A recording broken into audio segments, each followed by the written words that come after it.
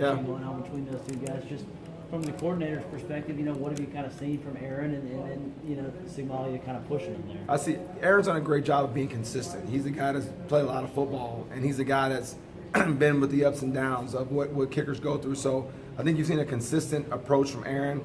And I think with Samadva, you've seen a guy come in and start off as you think a freshman would, but through competition has gotten better and better and better throughout fall camp.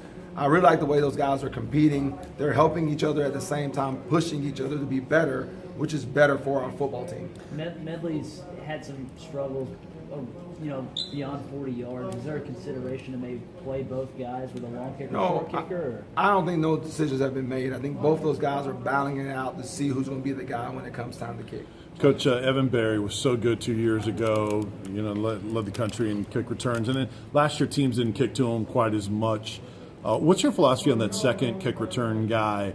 Do you want a blocker? Do you want a second, home run threat? What's your thoughts on that? I think in a perfect world, you got to have two guys back there that can field the ball and do something with the ball in their hands. So even though the guy's not the primary returner, it's the guy that when the ball's kick your way, we're still thinking of getting a big positive return. So whoever we put back there, whether it's the off returner or primary returner, are both guys. When teams can kick deep left or deep right, you got to basically have two guys back there you trust to be a returner. Schamberger's been a guy that coaches give a lot of compliments to the last couple of weeks. Yeah. What do you kind of see what's impressed you the most about him?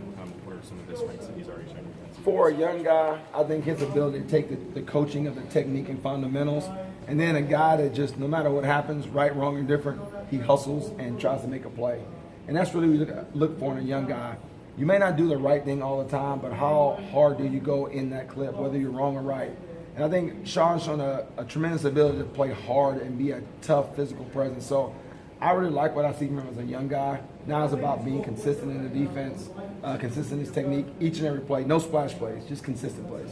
You guys switched some numbers with Theo and Tim Jordan. Is that in an effort just to kind of get some of those younger guys to play special teams potentially? Numbers as in? Just like they changed from 10 to 26, just to kind of to get guys be able to get guys on the field together. Is that the idea there? Yeah, it's just jersey numbers as everybody comes in as you start to solidify things down.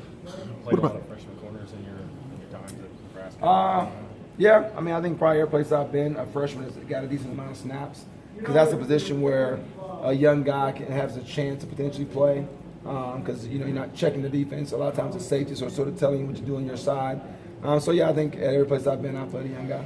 What does it say about a guy like Theo Jackson that with all those veterans at safety that have been proven guys that have done it in games, that he's even gotten himself into the conversation? What does that say about him as a player? A lot of it says that in this league and throughout, it's a long season, and you got to get multiple guys prepared. But for him, I think as a guy that's come in and had a decent grasp of the playbook, a guy that's shown that he can make plays for our team on the back end, and a guy that has the willingness to speak up and communicate as a safety and say, hey, we got to make this check. We got to talk to the Mike backer. And that's really hard for a young safety is the ability to communicate. And he's shown an ability to communicate to the guys in this triangle to get the defense lined up. Speaking of communication, how has Micah Abernathy done in that way? Because I think we all know Micah's not – he might be the only Abernathy that's kind of a quiet kid, but he is. How's he done in terms of communication and all that? I don't consider him a quiet kid. I think he's a kid on the field. He leads his triangle. He's a guy that does make all the checks. He's a guy that communicates down from the linebacker to the DN to the corner. So on the football field, he's the guy that at that position does take control of his side. Does Marquez Callaway have lead in that punt return competition? Ongoing competition. Who are some of the other guys you're looking at? We got about 4 or 5. And you're looking at him, Mosley, Jennings. There's 5 or 6 guys that we are having an open audition to be a punt returner. Coach, looking at the triple option, obviously a lot's needed up front, linebackers as well. Just talk about what's needed, though, in the secondary and at corner when facing that offense. Really and truly on the back end, it's all about eye discipline and the ability to beat blocks in space. It's one of the things where if your eyes are wrong, one play of a 60-play game, it could be a touchdown. So we got to be right, not fast. But when it's our time to set the edge and be a force player, we got to be able to take on blocks and stay on our feet. So I'd say the 2 biggest things would be eye discipline and defeating blocks in space. You talked about fall camp, meshing into now prepping for the game week. How does that differ?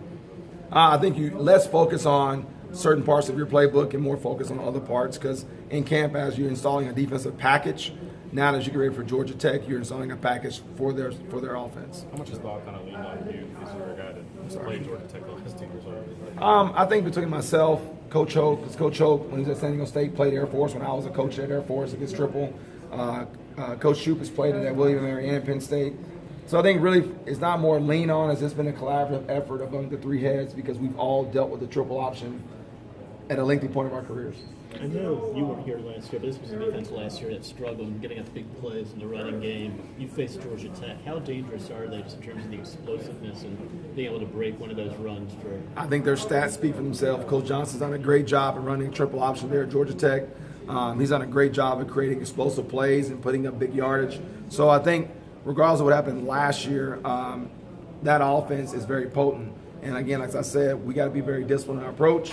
We got to be very sound in our techniques, and we got to be able to defeat blocks in space. Chris, from this, talk about those freshmen cornerback and how they've progressed. What's your thoughts about them? I think those guys have all worked hard. They've come into camp and really done what Baxter to do. I think we do have 3 older guys there with Justin Martin, Mosley, and Shaq Wiggins.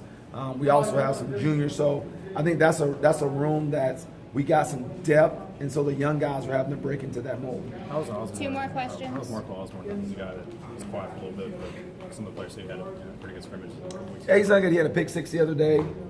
He's been out there battling to find playing time on the field. He's a versatile guy that can play either corner. He's even played some nickel before.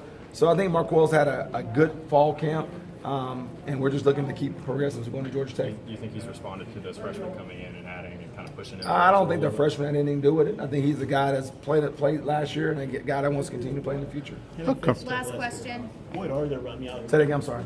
You haven't faced Tech last year. I know they got rid of their leading running back. What are their other running backs like from what you remember, what you've seen? They're all pretty good. They all understand that system. They've all have been in their mindset are great blockers. They can do something with the ball in hand because they have a lot of speed. And I think for those guys, they have 2 or 3 guys at their position that can hurt you. All right. Thanks, guys. Coach. Thank you. All right, appreciate it, guys. Yeah, they got about 20 backs.